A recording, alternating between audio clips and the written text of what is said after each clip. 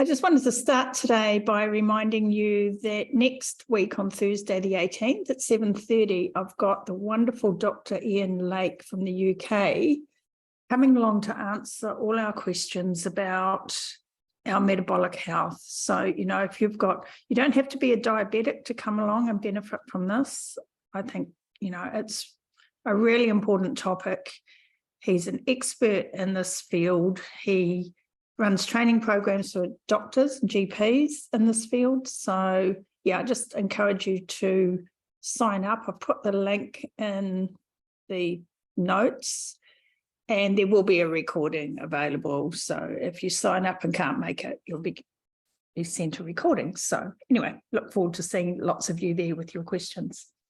So I've had some really interesting questions this week, and I really want to thank the people who have emailed them into me.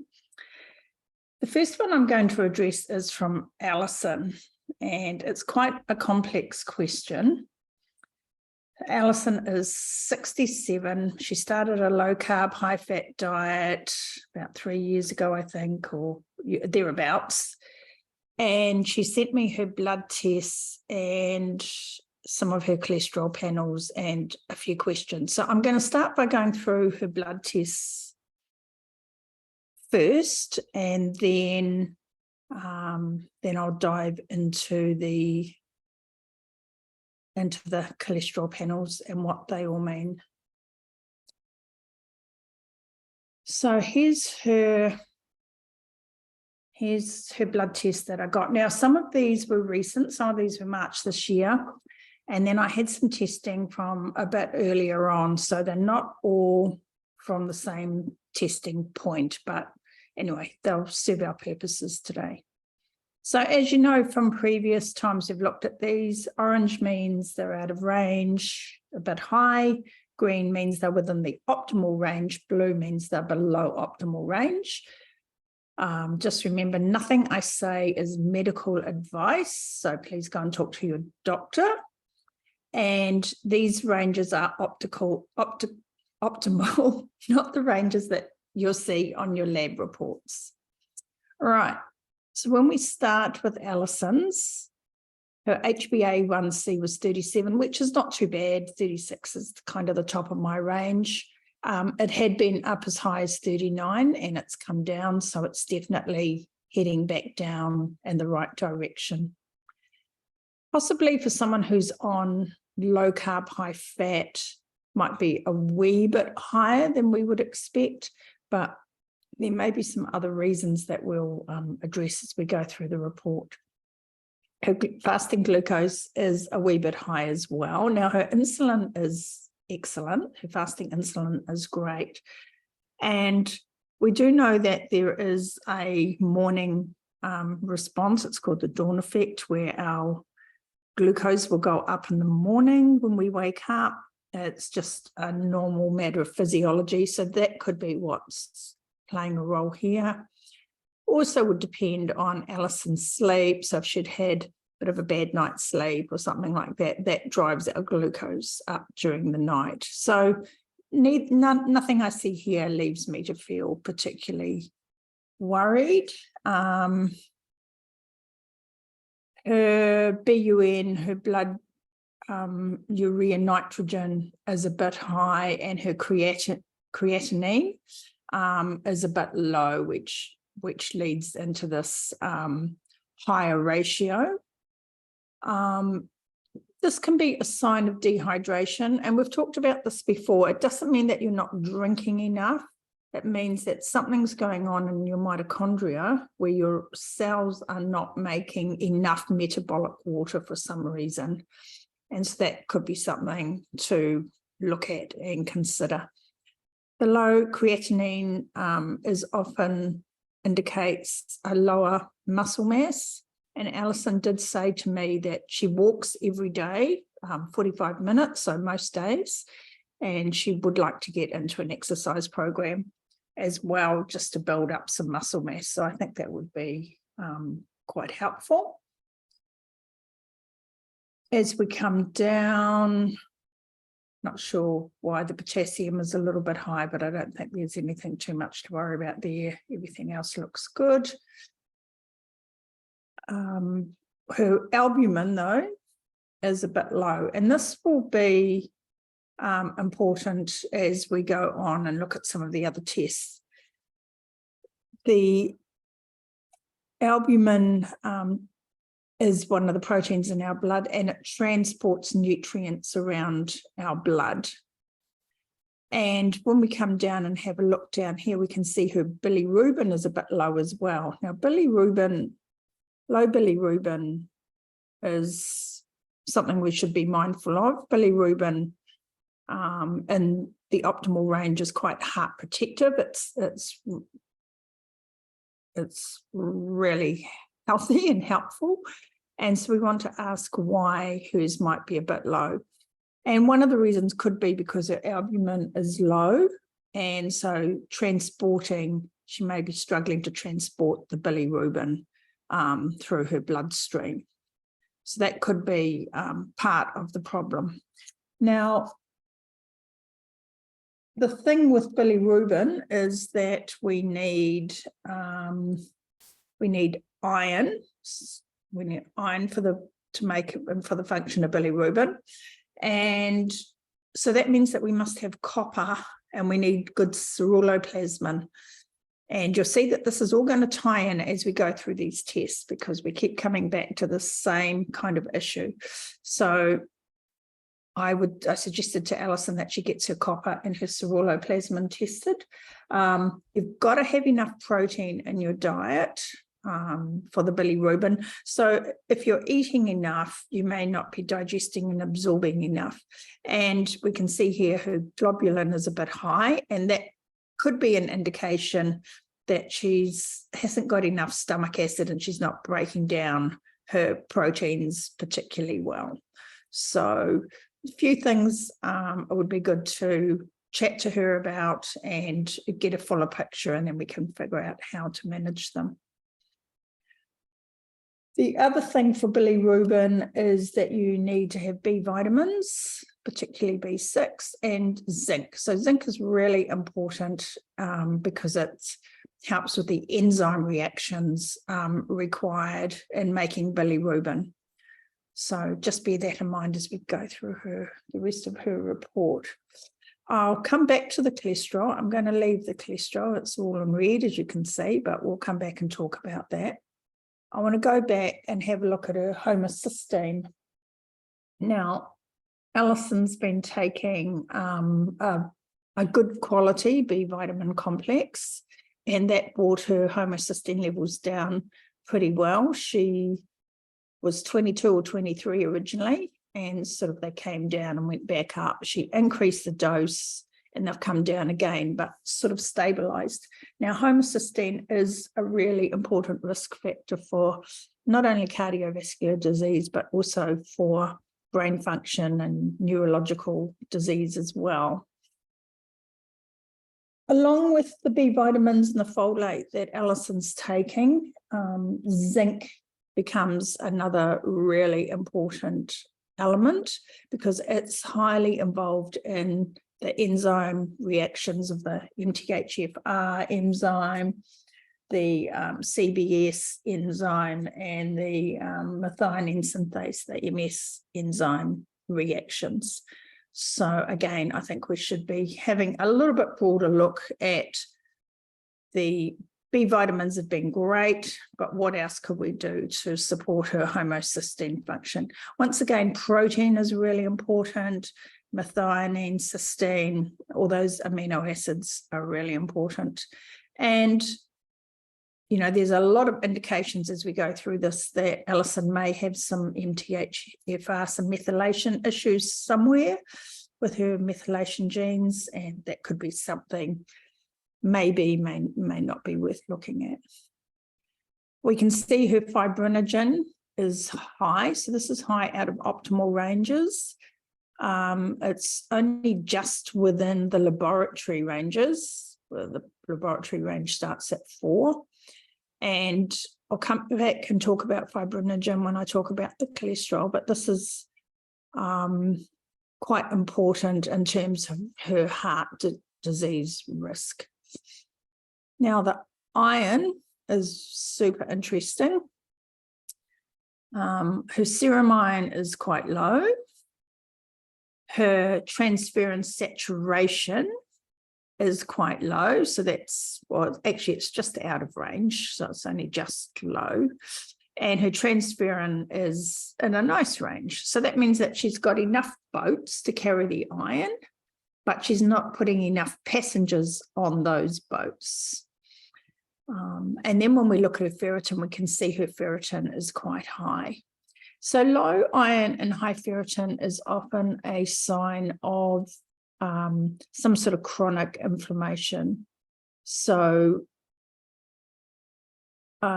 we call it anemia of chronic disease. Sometimes it may be, if it's really, really elevated, it may be an indication that, you need to go and investigate for cancer or some other kind of inflammatory conditions.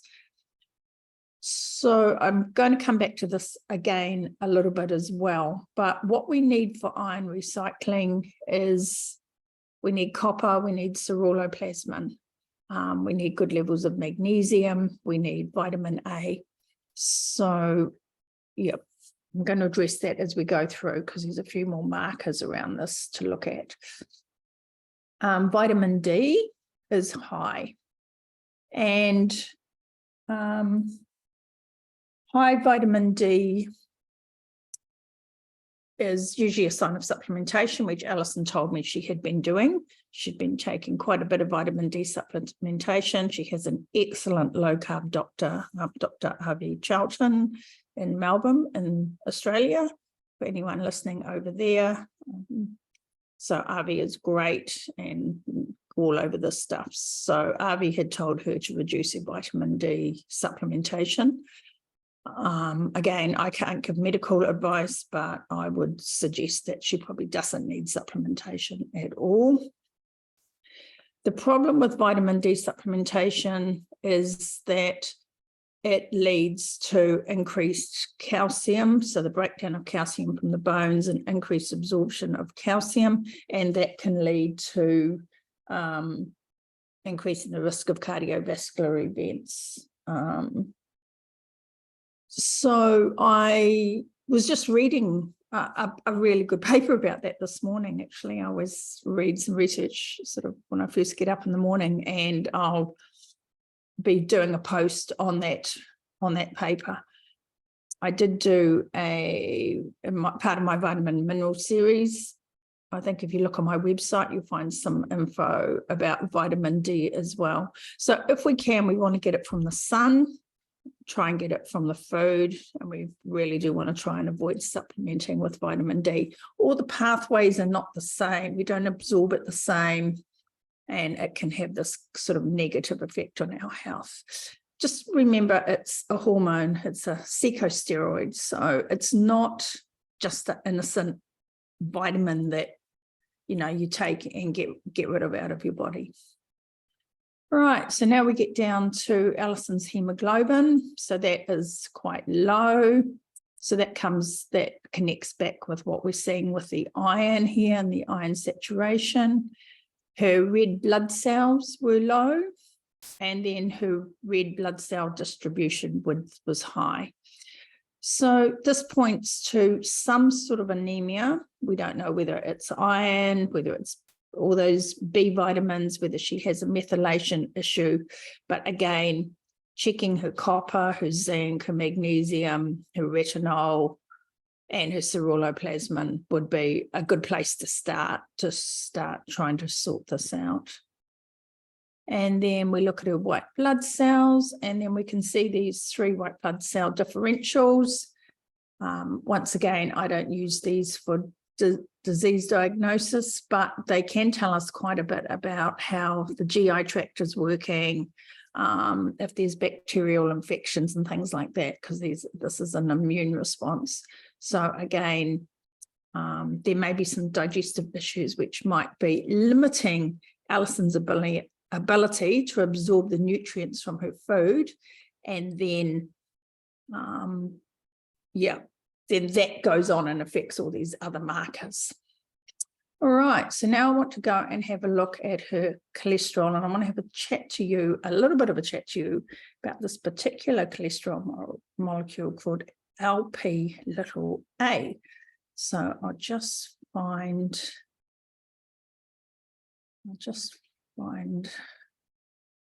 share my screen. I hope you can all see that.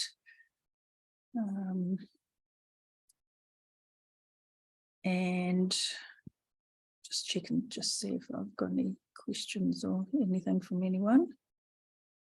No, it looks all right. Okay, so this is a report, I think it's Nutripath or NutriSearch, or anyway, it's an alternative lab report that Dr. Charlton had Alison complete. It's a little bit old, so some of these markers have changed a bit. Her cholesterol has come down, total cholesterol has come down a little bit and significantly. Her triglycerides are down to 1 now, which is good. She's got good levels of HDL. Yeah, we all know high LDL, similar to what I've got.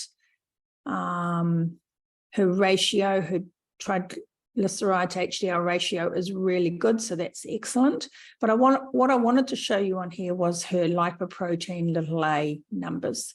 So ideally, everyone talks about being under 75, and she's 245. So that's pretty jolly high. And then I'll just come down to the bottom, and I want you to have a look at her mean particle size down here. So she's just below the number. So when we talk about mean particle size, we're talking about the LDL. So the LDL is the lipoprotein that carries cholesterol around your body and delivers it to the cells to do its job. And LDL is the quality of your LDL is very affected by your diet. And so high carbohydrate diets tend to make you have smaller, more dense, atherogenic LDL. So the theory is that the big fluffy LDL find it harder to get through the artery wall to cause damage, and the small, dense LDL that have been damaged and oxidized are easier to get through the artery wall and cause problems. So you can see that Alison is, getting pretty much up into having nice, good size LDL. So we need to look at a few more things around that to assess your risk properly. So let's have a look and talk about this LP little a. No, it probably sounds really confusing to all of you, and I don't want to do that. But if you have a look over here where it says LDL-C, this is what a lipoprotein molecule looks like, or as a indication of what it looks like.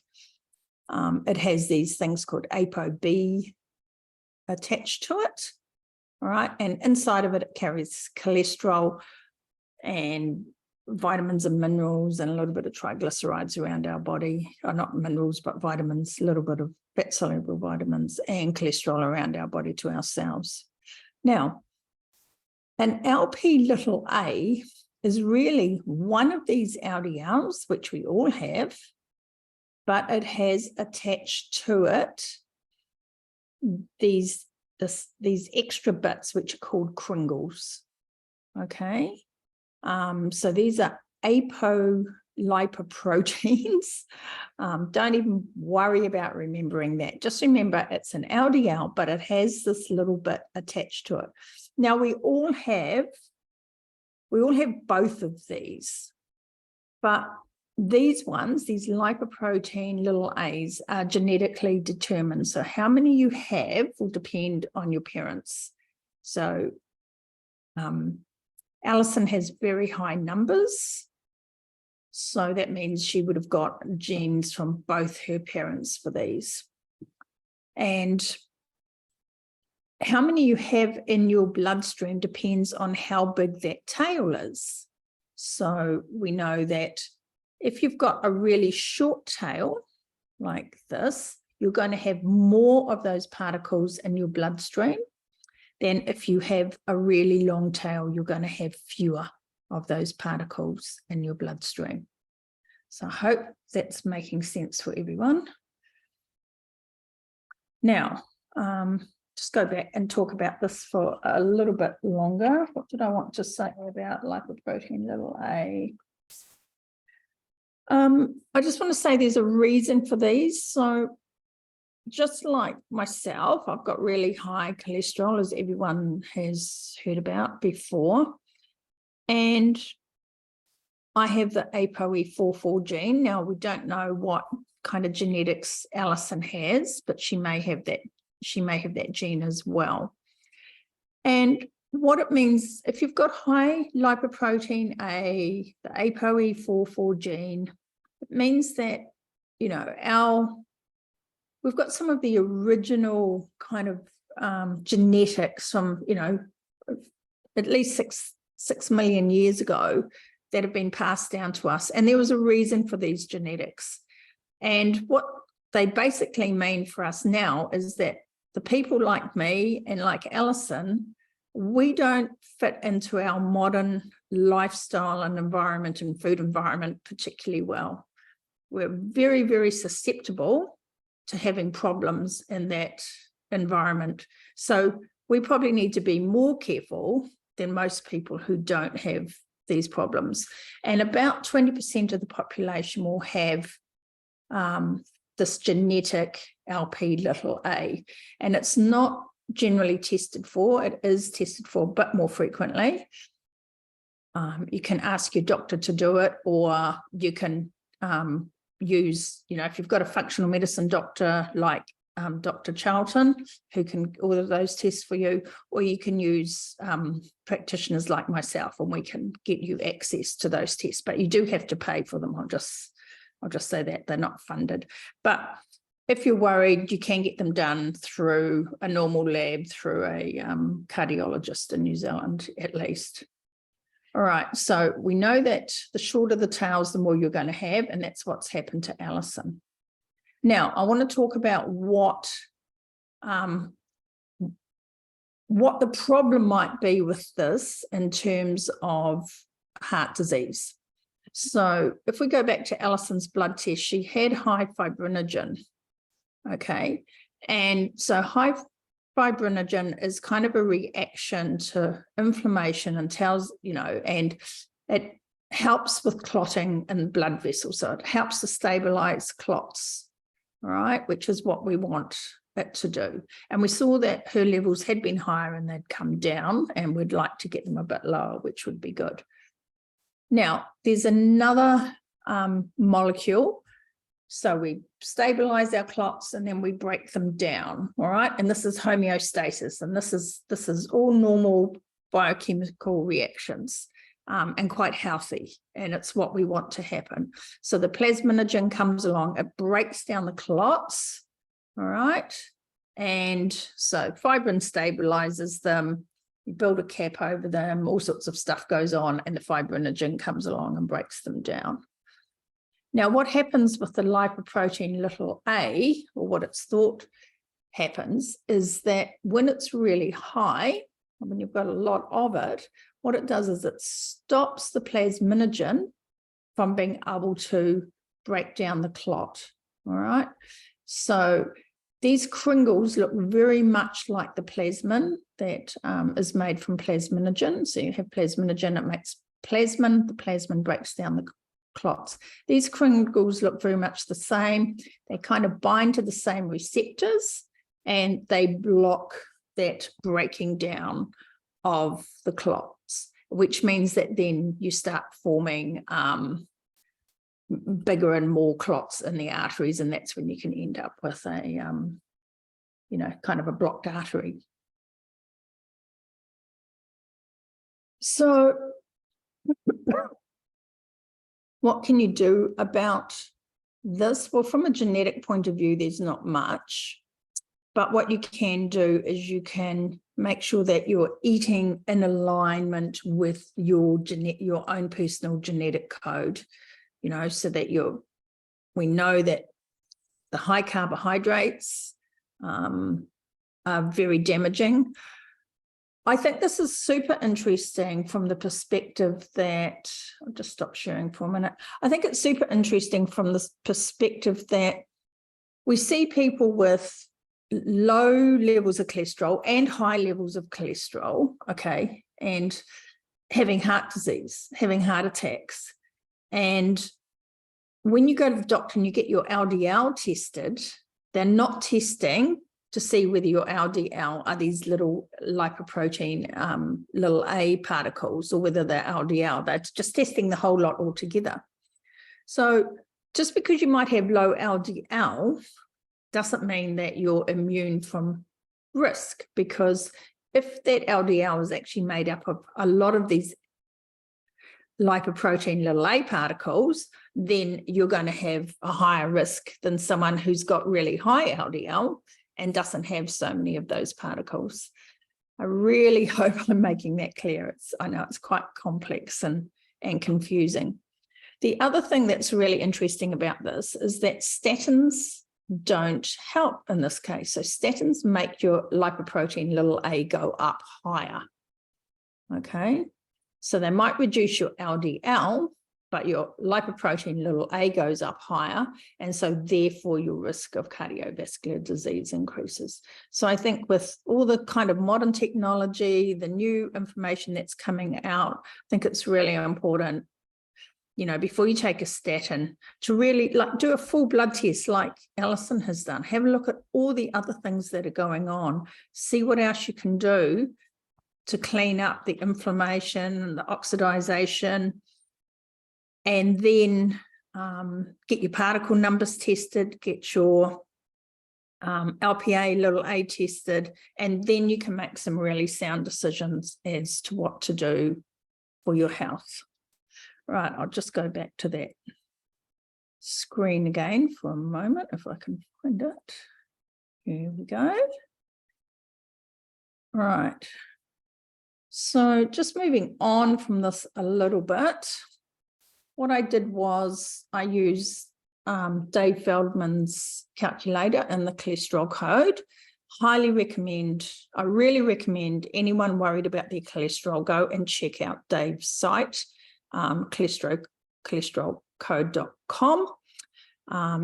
He's got some clinical trials going now, and he is the person who's come up with the lean mass hyperresponder hypothesis. And that is people like myself, people like Alison, or he calls it the energy hypothesis, but people like myself, people like Alison, who when we go on a low carbohydrate diet, our cholesterol goes through the roof. And like, in all seriousness, nobody knows whether that's dangerous or not. And, you know, most of us are taking a big leap of faith that it's not, but we don't have any evidence to that yet, nothing to prove that.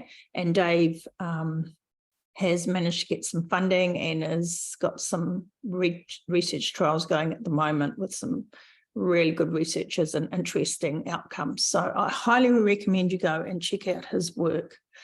So I put Alison's information into his calculator, and she came back as a standard hyperresponder. Now, the reason, well, I'm not quite sure the reason for this, but Alison probably is a standard hyperresponder because she does tend to be, have a little bit more body fat. So she sent me through her measurements and height to waist ratio, and she is slightly, her waist, you know, her height to waist ratio is slightly out of balance. So even though she's done really well, she's lost 4 or 5 kg, she's kept it off for a number of years, we probably need to look at finding a way to help her just reduce a little bit more of that visceral body fat, and that will probably help quite a bit. But anyway, she comes up as a lean mass hyperresponder. And when you look at all the different scores, so these are the 3 kind of different well-known scores for testing your risk of having atherogenic plaque or atherosclerosis, you can see she's right down in the low risk area across all 3 of the scores. And as the site here says, it doesn't constitute medical advice. So, you know, make sure that you are talking to your doctor about it, but it is good news. I also put Alison's information into the home IR blood calculation, and that looks at her fasting insulin glucose ratio, and she came out with a score of 1.4, and that is kind of in the ideal range. So that's excellent. So Alison is doing some really good stuff, and it's going really well. Now, I would suggest, though, that if she's having, or Alison, if you're listening, if you're having a little bit of trouble with that weight loss and you're on a high carb, low fat diet, would be to use something like MyFitnessPal or Chronometer just to check actually how much fat you're eating and making sure that you are getting enough protein. Your blood test just had me slightly concerned that you might not be quite getting enough protein. And especially as you're 67, losing a bit of muscle mass, it would be nice to make sure that that protein level was adequate. Also, fat is not a free food. So although we don't want to be scared of fat, and you eat fat to burn fat and all that stuff is quite true, it is still energy. And when we have more energy coming in, and regardless of, all the debate about the calories in, calories out, it's still calories in, whatever the calories do inside your body, and then calories out. If you're getting too much energy coming in from fat, that might prohibit that last little bit of weight loss. So either MyFitnessPal or Chronometer, they both have free sites. You can just log some food in there for a little bit and just check and see what's going on. So I hope that is helpful. Now, in light of talking about that and all Alison's stuff, I thought I would share my own genetic report, if I can find where I put that.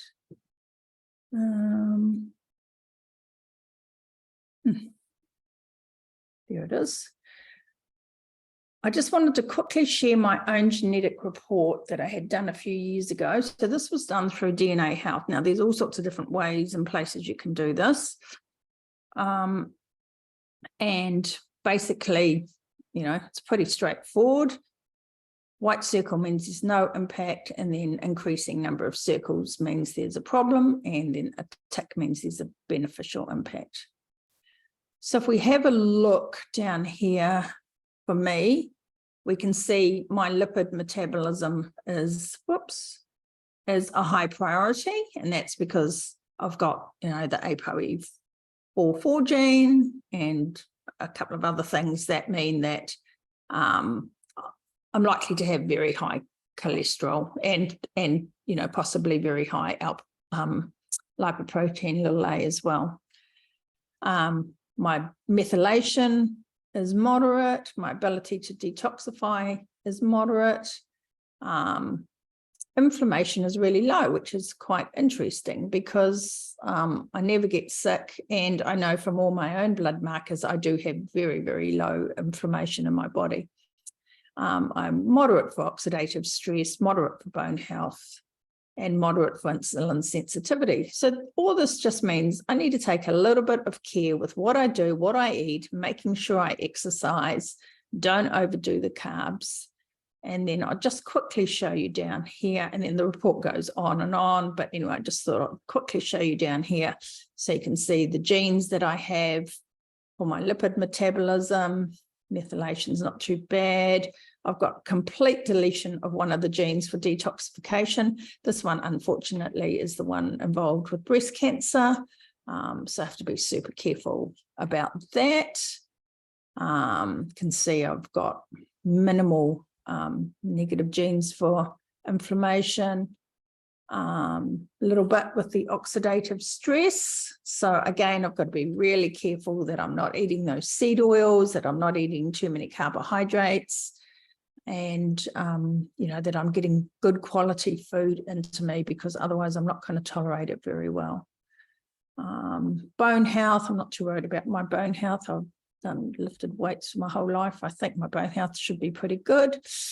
Insulin sensitivity, so a few issues there. And I know I am very, very sensitive to carbohydrates. So, this just reinforces that. I'm good with lactose. I'm good with caffeine. Yay. Not very good with the seed oils. So I need to be really careful about what I do with the seed oils.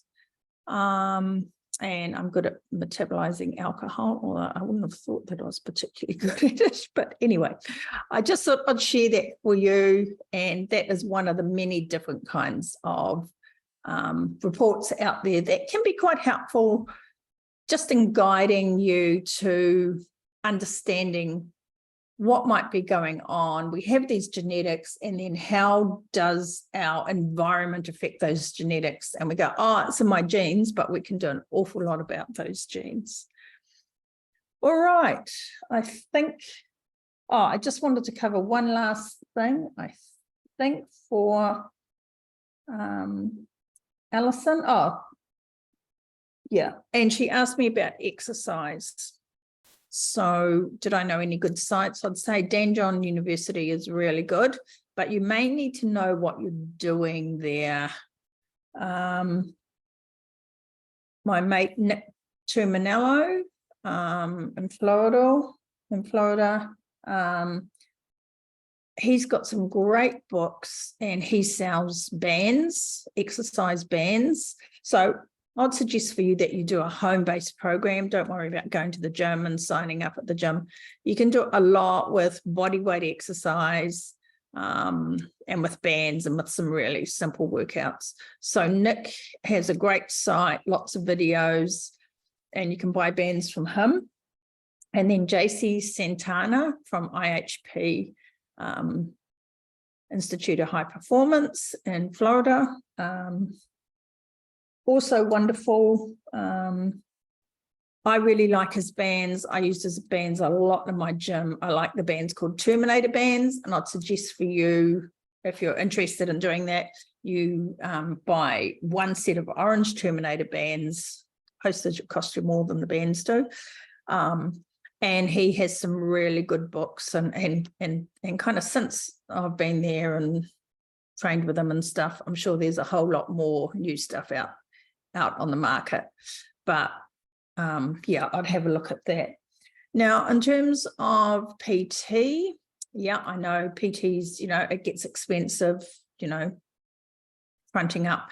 What I would do, this is what I did for my clients all the time, was I would write them a home program, and it would be progressive. And I would start with a few simple exercises. I'd teach them how to do it. I'd video them doing it properly. They'd go home, they'd do it for a month or 6 weeks with progressive overload. Then they'd come back. I'd teach them some new exercises. We'd upgrade their program. So at the end of 6 months, they had a really good toolkit of different exercises. And then they'd just come back, and I'd just put them together for them in programs for, 6 or 8 or 12 weeks. And they'd come back and we'd review and do some more programs. So that could be one way that you could use a personal trainer. Getting your form right is really important when you're exercising, and it kind of breaks my heart to see people putting in all this effort and just doing things that are quite damaging to their body. All right, on to the next question. All right, the next question came from a longtime friend and very close colleague. I'm not going to mention her name. She said she's not quite ready to be outed on social media yet. But anyway, I appreciated her lovely email she sent me. But she had a couple of questions about protein. So she said that she gets very full after meeting her protein requirements. So she's been meeting her protein requirements and then snacking between those meals on veggies and drinking water. So in her email, she asked me, should the veggies be part of that meal? And I would say yes. So if you're going to eat, we want to try and eat no more than 3 times a day. We want to reduce the snacks. So I would add those veggies to a meal. Now, I don't want to scare everybody, but veggies are non-essential, providing you're getting enough protein, enough good fats. vegetables are not essential, but we like them, we enjoy them, they give us some variety, they're tasty, and they probably have a few micronutrient benefits, but we don't need them for the carbs, okay? Just so long as you understand that. So yes, I would be looking at just eating 3 meals a day or weaning yourself to eating 3 meals a day. Now, she talked about the smoothie that she makes in the morning. So she uses the amino acids from the amino company. I did a wonderful podcast with Dr. Bob Wolf last year, and he's put together the formulations for the amino company of amino acids. And I think this is a wonderful way to get your amino acids into you. Not very many, I think it's like 5 calories or something per scoop. So my friend was asking, so she's saying she's using unsweetened almond milk, half a cup of blueberries, and 2 scoops of vital protein collagen powder. And then she was going to add in the amino acids as well. I'd probably keep all those separate. The vital proteins collagen powder I think it's a good one, but it doesn't really replace the amino acids that you're getting from your food, partly because it's missing tryptophan, which is really important, essential amino acids. It's really important for our neurotransmitter function, making melatonin and serotonin, and partly because even 2 scoops doesn't have enough leucine, which I've talked about before. So we've got to have that 2.5 grams of leucine to be able to put those bricks in our muscles for muscle protein synthesis.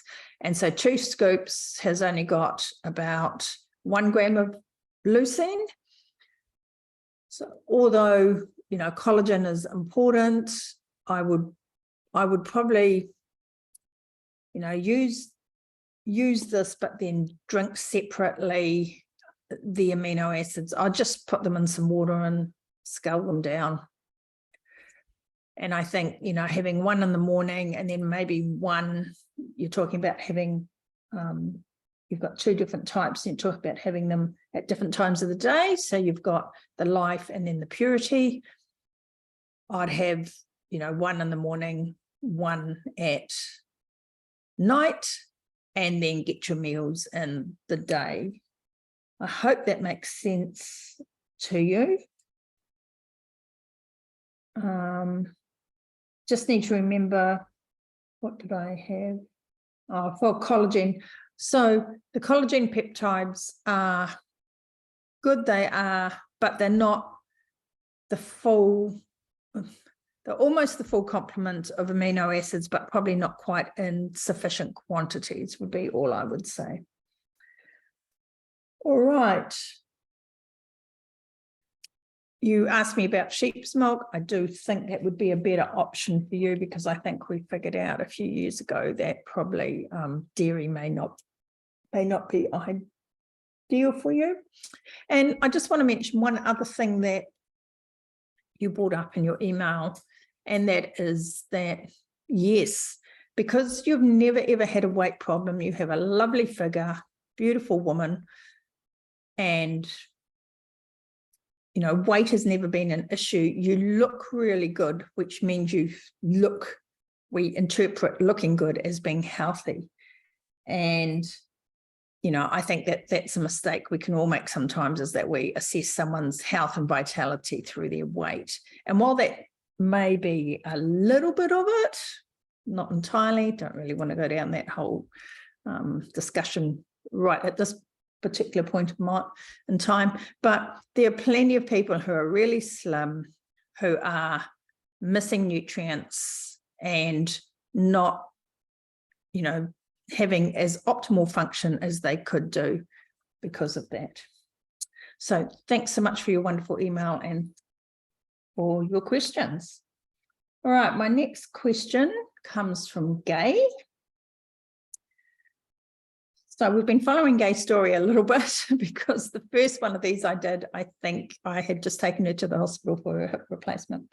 So Gay sent me an email this morning asking about the orange juice that she was given after her surgery. And, that's something that I personally should really follow up on. That's something I feel quite strongly about. So when Gay came out of surgery, she was really thirsty. She hadn't had anything to drink for hours and hours. Surgery was late and she hadn't drunk since early that morning. She hadn't had anything to eat since her evening meal the night before. And she was really, really thirsty. And there was a 500 ml bottle or jug of juice on her table. And she asked if she could have water, and she was told no, because the anaesthetist said she couldn't have water, but she could have juice, she could have tea or coffee, she could have ginger beer. All right. And so the reason behind this was because of her electrolyte balance, because they didn't want her to become hyponatremic, end up with low sodium. So over the course of the next 12 hours, Gay drank, I think, 5 of these jugs of juice, or 5, I think. I think it was 5 of these jugs of juice. So she drank 2.5 litres of juice, which equated to 60 teaspoons of sugar.